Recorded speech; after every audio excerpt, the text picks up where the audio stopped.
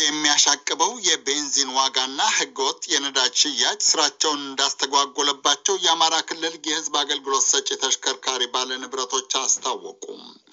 የአማራ ክልል ንግድና ገበያ ልማት ቢሮ በበኩሉ ህገወጥነትን ለመከላከል እየሰራ እንደሆነ አመልክቷል። ባለፉት 6 ወራት ውስጥ ብቻ 250,000 ሊትር ነዳጅ ዘይት በህገወጥ መንገድ ሲዘዋወር መያዙንም ቢሮው ገልጿል። አለምነው መኮንን ዝርዝር ዘገባ ልኮልናል። የተለያዩ የባህር ዳር ከተማ ማደያዎች ያነጋገርናቸው የባለ 3 እግር ታክሲና በተለምዶ ዳማት አነስተኛ አሽከርካሪ የህዝብ ትራንስፖርት አገልግሎት ሰጪዎች በየጊዜው በሚጨምረው የቤንዚን ዋጋ ቤንዚን ለማግኘት በሚደረግ አሰልች ሰልፍና በህገወጥ የቤንዚን ዝውውር ተማረናል ብለዋል። አስተያየታቸውን ከሰጡን ወጣቶች መካከል አንዱ ቤንዚን ለመቅዳት ቀናት ማስቆጠሩን አመልክቶ አማራጭ በማጣት እንጂ ስራውን የመስራት ፍላጎት የለኝም ብሏል። ተሰብስበን 2 ቀን 3 ቀን አደርን ይሄን ያልሰጠናል ይላሉ። ከዚህ ወዲያ ፉኖ ነው እንጂ ምንም መስራትም አያስፈልግም። ለመሸጥም ባጃጁን ሞተሩን ለመሸጥም ይገዛ የለም። አሁን በዚህ ሰዓት ደግሞ በቃ እነሱ ካልሸጡ ብላክ ቤት ይገኛል። 500 ብር 600 ብር የሚሸጥ እኮ እነሱ ሲሸጡላቸው ነው እንጂ ባይሸጡላቸው ሌላው ሰው እየጠጣው አይደለም። የት ይደርስ ነበር ባይሸጥ በአግባቡ ቢከፋፈል። ሌላው አስተያየት ሰጪ ተሽከርካሪውን በባንክ ብድር መግዛቱን ጠቅሶ በቤንዚን እጥረት ምክንያት ሰርቶ ብድር ለመመለስ እንዳልቻለ ገልጿል። አንዴ ነዳጅ ከቀዳ ሌላ ጊዜ ለመቅዳት ሳምንት እንደሚወስድበትም አመልክቷል። መስራት እንኳን አልቻልንም። አንድ ቀን እንሰለፋለን፣ አንድ ቀን እንቀዳና ከዛ በኋላ ሳምንት 7 ቀን ቆይተን ነው መንገድ ያንንም በቃ ማግኘት አልቻልንም። ዞሮ ያው የቤንዚን እጥረት ቢቀረፍልን ብዬ መናገር የምፈልገው ይሄ ነው። እየበዛቱን ያለ ማደያዎች ናቸው። ብላክን የሚያስጨምሩብን እነሱ ናቸው። ሰልፍ ለመያዝ በቀን 100 ብር እንደሚከፍል የገለጸልን ሌላው ወጣት 4 እና 5 ቀናት በመቆም እስከ 500 ብር እንደሚከፍል አመልክቷል። በዚህ ሁኔታ ሰርቶ ቤተሰብ ለማስተዳደር እንደተቸገረ ነው የነገረን። ተሽከርካሪ ገዝተን ቤተሰብ መሪንም ቤተሰብ እናስተዳደር የምንከፍለው 100 ብር ነው። 5 ቀን ስናደር 500 ብር ነው። 6 ቀን አሰልፎን ብሮሻ ፈጥሮ ተበተናል። ለጀሪካ ተሰጥቶ ነው ተበተነው ለብላ እና 600 ብር ብላክ እንገዛለን። ደግሞ ቁመናት ደግሞ ምንም ስራ ምንም ብላው ያው ተስፋ እየመሰለን ነገ እንመጣለን። ቢቀረፍልን ሁሉም ማዳያ ላይ ቢራገፍልን። የአማራ ክልል ንግድና ገበያ ልማት ቢሮ ኃላፊ ዶክተር ኢብራሂም መሐመድ ባለፉት 6 ወራት ህገወጥነትን ለመከላከል ሰፊ ስራ መስራቱን ጠቁመው በዚህም በህገወጥ መንገድ ሲዘዋወር የነበረ 250,000 ሊትር ነዳጅ በቁጥጥር ስር ውሎ ለመንግስት ገቢ ሆኗል ብለዋል። መሰረታዊ የሚባል አይደለም የነዳጅ አቅርቦት ችግሩ። አንዳንዴ የጸጥታ ችግር በሚኖርበት ጊዜ መስመሩ አላሳልፍ ሲል መኪናዎች ቦቴዎች ለረጅም ቀን ነዳጁን እንደያዙ ስለሚቆሙ እጥረት መፈጠሩ አይቀርም። በአሰራር ስርዓቱ የመሸጥ መሰረታዊ ችግር አጋጥሞ በካሽ ይሸጣሉ። በካሽ ከሆነ ደግሞ ነዳጁ በህገወጥ መንገድ ወደ ገበያው እንደሚገባ ይታወቃል። ከባለ 3 እግር ተሽከርካሪ እስከ ከባድ ጭነት አገር አቋራጭ ተሽከርካሪዎች ጭምር ነዳጅ ከቀዱ በኋላ በጀሪካ ገልብጠው ወደ ጥቁር ገበያው የመሸጥ መሰረታዊ ችግር አጋጥሞ እዚህ ከተማ ይቀዱና ይገለብጣሉ፣ ይሸጣሉ። ደግሞ የሚቀጥለው ከተማ ሄደው ይቀዳሉ። ሁሉም አይነት ተሽከርካሪዎች የተያዙ 250,000 ሊትር ነዳጅ በህገወጥ መንገድ ሲንቀሳቀስ ተይዞ ተሽጦ ገቢው ለመንግስት እንዲመጣ ተደርጓል ማለት ነው። የክልሉ መንግስት በነዳጅ ግብይት የሚታየውን ህገወጥነት ለመከላከልም ትኩረት ሰጥቶ እንደሚሰራ ኃላፊው አመልክተዋል። የንግድና ቀጠናዊ ትብብር ሚኒስትር ዶክተር ካሳሁን ጎፌ በሰጡት መግለጫ በህገወጥ መንገድ ትርፍ ለማግኘት ከ10 እስከ 15 ቀናት ነዳጅ ጭነው ጥሻ ውስጥ ተደብቀው የነበሩ 250 የነዳጅ ቦቴዎች በቁጥጥር ስር ውለው ቅጣት ተጥሎባቸዋል ብለዋል።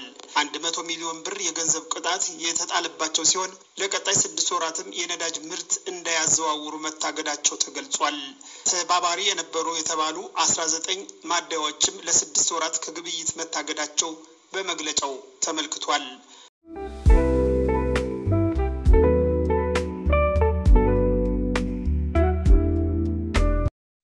አፋር፣ ኦሮሚያና አማራ ክልሎች አዋሳኝ አካባቢዎችን በተደጋጋሚ የሚመታው የመሬት መንቀጥቀጥ ትናንት ማምሻውን ደግሞ ኦሮሚያና አፋር ክልሎችን የሚያዋስነውን የፈንታሌ ተራራ ንዶታል። ከዚህ በፊት በአፋር በኩል ያለው የተራራው ጫፍ የተናደ ሲሆን ትናንት በሬክተር መለኪያ 5.2 በተመዘነ ያመዘነው የመሬት መንቀጥቀጥ ከኦሮሚያ ክልል መተሐራ ከተማ ትይዩ ያለው የተራራው አናት እንደ ጭስ በሚቦን አቧራ ተሞልቶ ታይቷል። የአካባቢው ነዋሪዎችም አሁን ስጋታቸው እያየለ መምጣቱን አስታውቀዋል። ስዩም ጌቱ ዝርዝር ዘገባ ልኮልናል። የመተሐራ ከተማ ነዋሪው መስፍን መርጊያ አስተያየታቸውን ለዶይቼ ቬለ የሰጡት የትላንት ምሽቱን የፈንታሌ ተራራን የናጠውን መሬት መንቀጥቀጥ ክስተትን በማብራራት ነው። ያው እንቅስቃሴ ነበረው፣ ትንሽ ከበድ ያለ ነው። መፍረስ ነው እንጂ ሌላ ነገር የለም። ተራራው ነው የፈረሰው። ተራራው ከላይ ሲፈርስ አሁን ጭስ ነው ይላሉ ሰዎች፣ ግን መፍረስ ነው። በቃ ሲንቀጠቀጥ ሲፈርስ በጣም ከፍተኛ የጭስ አይነት ነገር ነው የታየውና ያው አቧራ ቦነነበት። ከተራራው ስር በሚገኙት እንደ ቆቦ ያሉ ቀበሌዎችን ያሰጋ ነበር ያሉት አስተያየት ሰጪው፣ አስቀድሞ ግን ሰዎችን ከዛ የማንሳት ስራ በመሰራቱ በዛ ሰው ላይ ጉዳት ይደርሳል የሚል ስጋት ለጊዜው ቀንሷል። ሆኖም ግን አሁንም በአካባቢው ያሰጋው የመሬት መንቀጥቀጥ የሰፋ ስጋት ይደቅን ይሆን የሚለው ሀሳብ ከወዲሁ አስግቷል። የትናንት ምሽቱ 2 ሰዓትና ሌሊት 7 ሰዓት ግድም ከፍ ብሎ የተሰማውን የመሬት መንቀጥቀጥ በዚህ በመተሐራ ዙሪያ ብቻ አልተወሰነም። አፋር ክልል አዋሽ 7 ከተማም የተሰማው ከፍ ባለ ስሜት ነው። አብደላ የተባሉ የአዋሽ 7 አስተያየት ሰጪ ህይወታችን ስጋት ላይ ነው ሲሉ ነው አስተያየታቸውን ያካፈሉን። ትናንትና ወላሂ በገመት 7 ሰዓት ተጥሎም አለው በጊዜ ነበረ። ወደ 2 ሰዓትም የፈንታሌ የሆነ ጩኸት ነገር ነበረው። በጣም ያስፈራል ብቻ ያለው ነገር። በዛ ምክንያት ራሱ አስፋልቱ ምናምን መጠቀበት አለ ወደ ወረር መንገድ ላይ ጠንከር ይላል። ረፍቴ ነው እኮ። ሌላው የአዋሽ 7 አስተያየት ሰጪ መሬት ከመንቀጥቀጥም አልፈው እያነጠረችን ነው ሲሉ ስሜታቸውን አጋርተውናል።